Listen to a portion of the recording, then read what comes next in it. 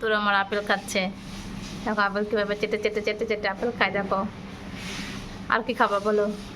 সে আপেলটাই খুব মজা করে খাচ্ছে চেটে চেটে, দেখছো কি সুন্দর করে খাচ্ছে।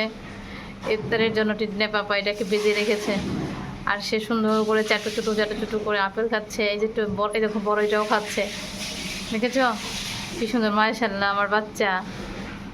খাও খাও খাও খাও খাও, আপেল খাও, বড়ই খাও। আর কি খাবে বলো? আর কিছু খাবে না?